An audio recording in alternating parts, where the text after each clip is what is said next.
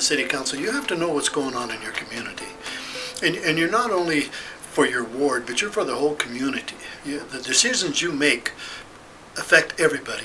Say you wake up in the morning, you turn on the water, the sewer, you go to work, you walk, you bike, you might drive, you go on city streets, you go on curbs, sidewalks, your kids go off to school. Everything that you do day in, day out is directly impacted by the city. As local elected officials, we're as close to the people we serve as anybody. We are responsive to them, we understand their needs, and we get stuff done.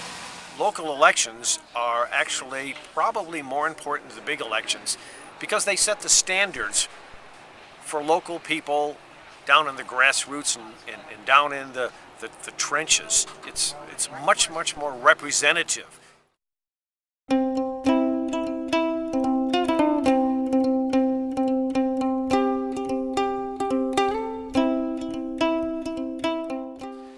It seems that the media these days are looking for more sensational stories that are quick to read, where an organization like Montana Conservation Voters is able to grab the whole conservation issue and really get involved and take a look at it and get the people that are experts involved. The Montana Conservation Voters help you a lot. They give you a hand up, and they've got a network systems that can touch a lot of people in the community. Somebody needs to pay attention to these important issues, these environmental issues, these conservation issues in our communities. Conservation Voters does that all day long. They go out and they solicit people to vote for you. They make phone calls for you. They're willing to hang signs for you. They support you in every way you can. And often reminds me, if I stray from the path, that I've had a lot of support from folks who care about this place.